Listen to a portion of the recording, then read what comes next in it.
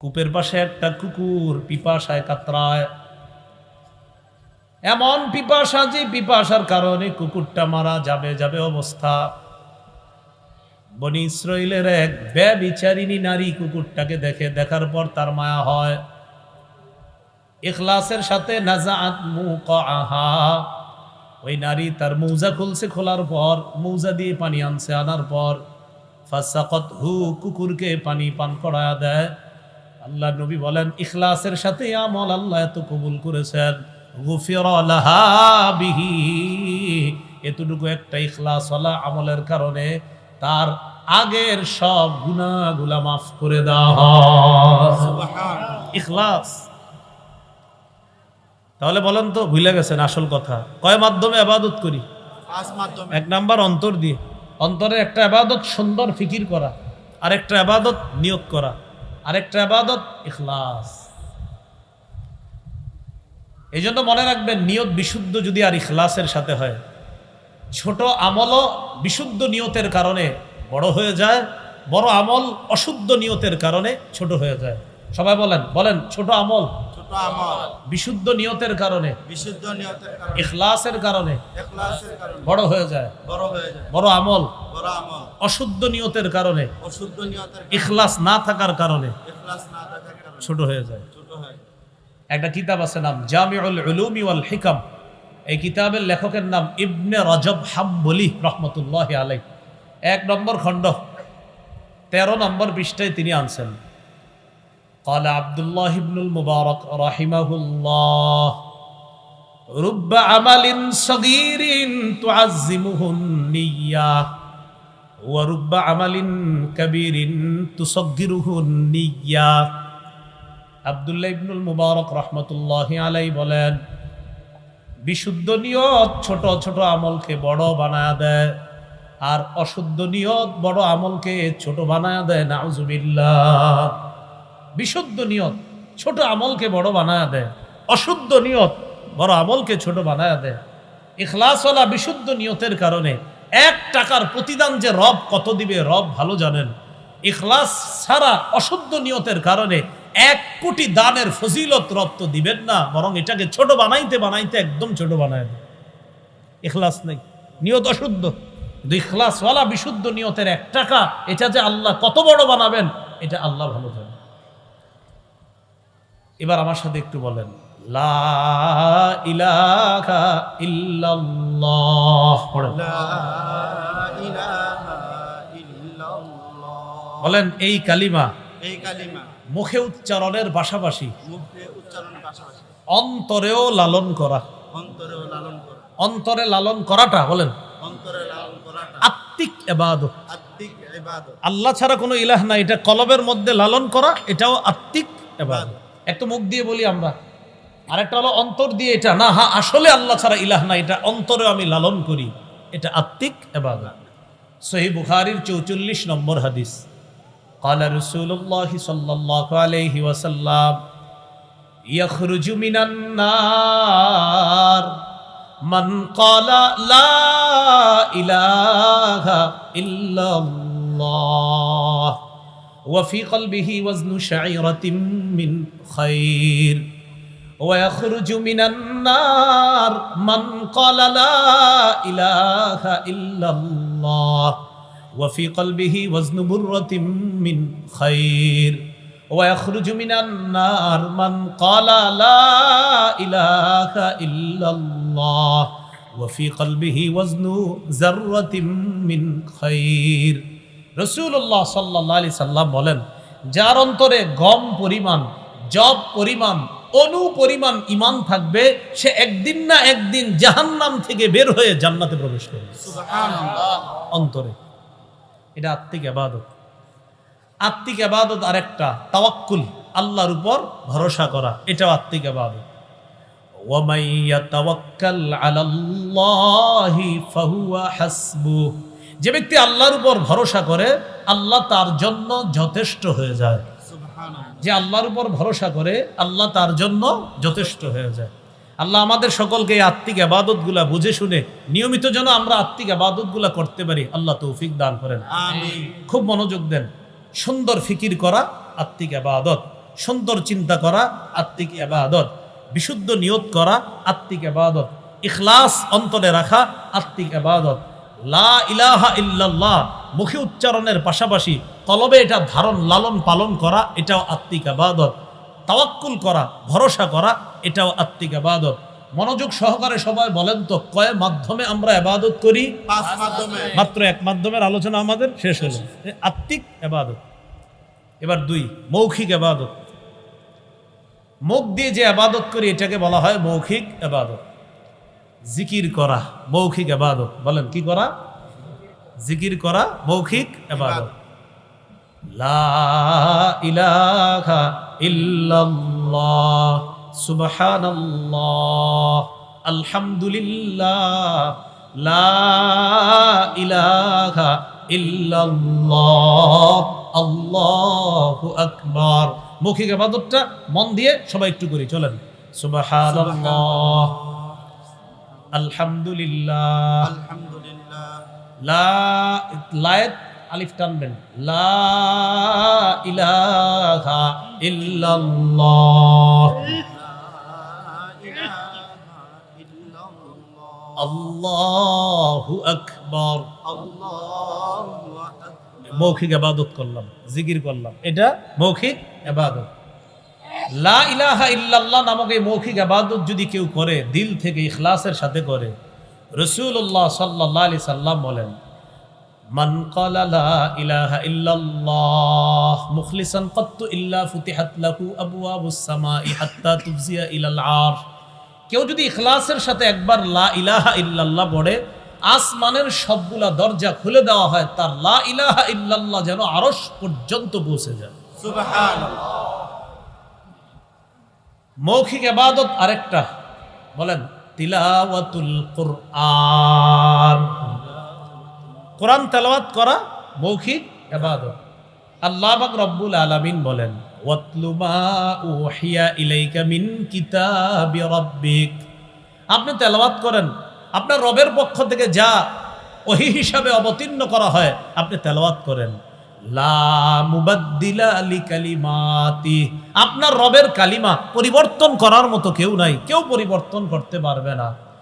21 পারার একদম শুরুতে, শুরু পৃষ্ঠা, শুরু আয়াতটা, উতলু মা উহিয়া ইলাইকা মিনাল কিতাব। কিতাবের যা আপনাকে ওহী হিসাবে দেওয়া হয় তা আপনি তেলাওয়াত করেন। আল্লাহ আমাদের সকলকে বেশি বেশি কোরআন তেলাওয়াত করার তৌফিক দান করেন, আমিন। তিরমিজির বর্ণনা 2910 নম্বর হাদিস, 2910 নম্বর হাদিস। قال رسول الله صلى الله عليه وسلم من قرأ حرفا من كتاب الله فله به حسنة وفي رواية فله حسنة والحسنة بعشر أمثالها। রাসূলুল্লাহ সাল্লাল্লাহু আলাইহি সাল্লাম বলেন, কেউ যদি কোরআনের একটি অক্ষর উচ্চারণ করে, আল্লাহ তার আমলনামায় 10টি নেকি লিপিবদ্ধ করে দেয়। তার আমলনামায় 10টি নেকি লেখা হয়। নবী বলেন, আলিফ লাম মিম পুরোটা একটা অক্ষর, আমি এমনটা বলছি না। লা আকুলু আলিফ লাম মিম হারফুন।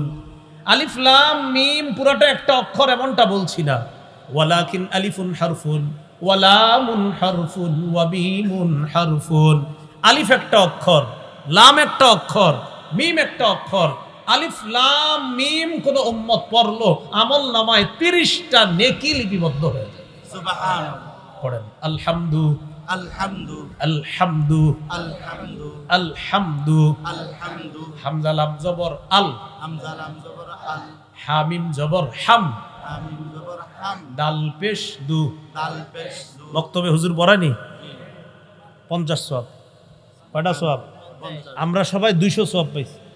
কয়শো? 200। কারণ আমরা 4 বার পড়ছি। আলহামদু হামজা লাম হা মিম দাল 5 অক্ষর, তা আমরা সবাই পড়ছি 4 বার, তাহলে 4 50 কত? 200।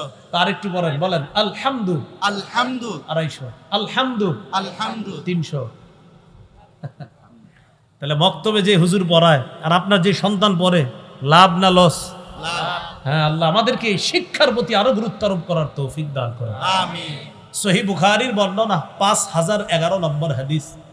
এই হাদিসের বর্ণনাকারী বারা ইবনে আজিব রাদিয়াল্লাহু তাআলা আন তিনি বলেন, কানা রাজুলুন ইয়াকরাউ সূরাতাল কাহফি, এক ব্যক্তি সূরা কাহফ তেলাওয়াত করতেছিলেন। সূরা কাহফ পড়েননি জুমার দিন? জি তো হুজুররা কইছে খালি, আর তো কেউ কয় না। হ্যাঁ, সূরা কাহফ আলেম ছাড়া অন্যরা পড়েন কে কে দেখি? মাশাআল্লাহ, বারাকাল্লাহ, মাশাআল্লাহ। ইনশাআল্লাহ পড়বেন কারা? সবচেয়ে বড় উপকার, দাজ্জালের ফিতনা থেকে আল্লাহ আপনাকে হেফাজত করবেন। সুবহানাল্লাহ। তো এটা কেন পড়বেন না? জুমার দিন পড়ে ফেললেন। হাফেজ যারা আছেন আপনাদের তো 15-20 মিনিট লাগবে না, 15 মিনিট সর্বোচ্চ 15 মিনিট লাগবে। তো আপনি তো মসজিদে যাইতে যাইতে পড়ে ফেলতে পারেন হাফেজ সাহেবরা। তাহলে সূরাতুল কাহফটা মা বোনদেরকেও বলবেন পড়তে জুমার দিন, আপনারাও পড়বেন। জুমার আগে আগে আপনি বাস যখন 10টার দিকে গোসল করে, সাধারণত আমাদের দেশের মুসলমানরা 10টার দিকে গোসল করে রেডি হয় আস্তে আস্তে, তো আপনি 10টা বাজে গোসল করে আগে আগে মসজিদে চলে যান। ইমাম সাহেব মিম্বরে বসে 12টা 25 বা 15-তে বসে, তো এর আগে আপনি মসজিদে বৈশা দুখুলুল মসজিদ পড়লেন, পড়ার পর এরপরে যদি নফল নামাজ পড়তে মন চায় কিছু পড়লেন, আর যদি না আমি পড়বো না তো বসে বসে সূরা কাহফটা তেলাওয়াত করেন। এরপর খতিব সাহেব আসবে, উনি বয়ান করবে, তারপর আপনি বয়ানে মনোযোগ দিলেন। তা আপনারা গুরুত্ব দিয়ে আমলটা করেন, আল্লাহ তৌফিক দান করেন। আমিন। মা বোনদেরকেও বলবেন তারাও যেন জুমার দিনে আমলটা করে। আল্লাহ নারী পুরুষ সকলকে তৌফিক দান করেন। আমিন। তার সবচেয়ে বড় লাভ কি? দাজ্জালের ফিতনা থেকে আল্লাহ হেফাজত করে। এক ব্যক্তি সূরা কাহফ তেলাওয়াত করতেছে, সহিহ বুখারীর 5011 নম্বর হাদিস শোনাচ্ছে। তো যখন তেলাওয়াত করতেছে, ওয়া ইলা জানিবিহি হিসানুন মারবুতুন বিশাতানাইন, তার পাশে একটা ঘোড়া বাঁধা 2টা রশি দিয়ে, যিনি তেলাওয়াত করতেছে। ফাতাকাশাতহু সাহাবা, আকাশের মেঘ এটারে ছায়া দিতেছে, মানে আকাশের মেঘের মতো একটা আইসা এরকম ছায়া দিতেছে। সুবহানাল্লাহ। ফাজাআলা ইয়ানফিরু, ঘোড়া লাফানো শুরু করছে। সাহাবী অবাক হয়ে গেলেন। ফালাম্মা আসবাহা আতান নবী সাল্লাল্লাহু আলাইহি ওয়াসাল্লাম ওয়া যাকারা যালিকা লা, সকাল যখন হয় আল্লাহ নবীর কাছে যাওয়ার পর নবীকে পুরা ব্যাপারটা বলেন। নবীজি বললেন, তিলকা সাকিনাতু তানাজ্জালাত বিল কুরআন, তুমি যেটা দেখলা রাতের বেলা, এটা হলো আল্লাহর পক্ষ থেকে প্রশান্তি। তুমি কোরআন তেলাওয়াত করার কারণে এই তেলাওয়াত, এই প্রশান্তি দুনিয়াতে নিয়ে এসেছে। সুবহানাল্লাহ। মৌখিক ইবাদত কোরআন তেলাওয়াত করা। আল্লাহ আমাদের সকলকে ইবাদত করার তৌফিক দান করেন। আমিন। দোয়া করা মৌখিক ইবাদত, আল্লাহ মাফ করে দেন, আল্লাহ আমারে বাঁচান, আল্লাহ বিপদ থেকে বাঁচান, আল্লাহ আমারে রিজিক দেন, আল্লাহ মেয়েটার বিয়ে হচ্ছে না, বিয়ের ব্যবস্থা করেন, এটা মৌখিক ইবাদত। আবু দাউদের বর্ণনা 1479 নম্বর হাদিস, 1479, قال رسول الله صلى الله عليه وسلم الدعاء هو العبادة, রাসূলুল্লাহ সাল্লাল্লাহু আলাইহি সাল্লাম বলেন, দোয়া করাটাই ইবাদত, দোয়া করাটাই ইবাদত। সুবহানাল্লাহ, দোয়া করাটাই ইবাদত। তাহলে দোয়া করব তো ইনশাআল্লাহ। সূরা আনআমের 55 নম্বর আয়াতে আল্লাহ বলেন, উদউ রাব্বাকুম তাদাররুআন ওয়া খুফিয়া, তোমরা তোমাদের রবকে ডাকো, তাদাররুআ বিনীতভাবে, বিনয়ের সাথে, ওয়া খুফিয়া চুপিসারে। একটা দুইটায় ঘুম ভাঙা গেছে, ওযু লাগবে না, হাতটা উঠায় বলেন, আল্লাহ আমি তো পেরেশানিতে আছি মাবুদ, আমার বিবিও জানে না, সন্তানরাও জানে না, দুনিয়ার কেউ জানে না, সবার দরজা বন্ধ হয়ে গেছে, আল্লাহ আপনার দরজাটা তো বন্ধ হয় নাই, আমার এই পেরেশানি থেকে আপনি উদ্ধার করেন। সুবহানাল্লাহ। চুপিসারে এইভাবে আল্লাহরে বলেন। আল্লাহ আমাদের সকলকে দোয়া করার তৌফিক দান করেন। আমিন। এটা কি ইবাদত? মৌখিক মৌখিক ইবাদত। ইবাদত। ইবাদত কয় মাধ্যমে করি? 5 মাধ্যমে। 3 নাম্বার শারীরিক ইবাদত, যে ইবাদত আমরা শরীর দিয়ে করি, যেমন নামাজ। যেমন কি? নামাজ। সূরা হজের 77-78 নম্বর আয়াতে আল্লাহ বলেন, ইয়া আইয়ুহাল্লাযীনা আমানুরকাউ ওয়াসজুদু ওয়া'বুদু রাব্বাকুম ওয়াফআলুল খায়রা লাআল্লাকুম তুফলিহুন। হে ঈমানদারগণ, ইরকাউ তোমরা রুকু করো, ওয়াসজুদু সিজদা করো, ওয়া'বুদু রাব্বাকুম তোমরা তোমাদের রবের ইবাদত করো, ওয়াফআলুল খায়র ভালো কাজ করো, লাআল্লাকুম তুফলিহুন যাতে তোমরা সফলকাম হও। ক্বালা রাসূলুল্লাহ সাল্লাল্লাহু আলাইহি ওয়াসাল্লাম, লাউ আন্না নাহরান বিবাবি আহাদিকুম ইয়াগতাসিলু ফীহি কুল্লা ইয়াউমিন 5 মাররাত ফাহাল ইয়াবকা মিন দারানিহি শাই।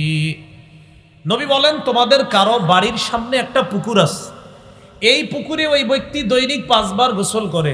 আচ্ছা বলো তো তোমরা, তার শরীরে কি কোনো ময়লা থাকবে? আপনারা বলেন তো। নবীজি বলেন, তার শরীরে কি কোনো ময়লা থাকবে? তো সাহাবীরা জবাব দিছে, লা ইয়াবকা মিন দারানিহি শাই। হুজুর, তার শরীরে কোনো ময়লা থাকবে না। নবীজি সাল্লাল্লাহু আলাইহি সাল্লাম বললেন, ফাযালিকা মিসলুস সালাওয়াতিল খামস ইয়ামহুল্লাহু বিহিন্নাল খাতায়া।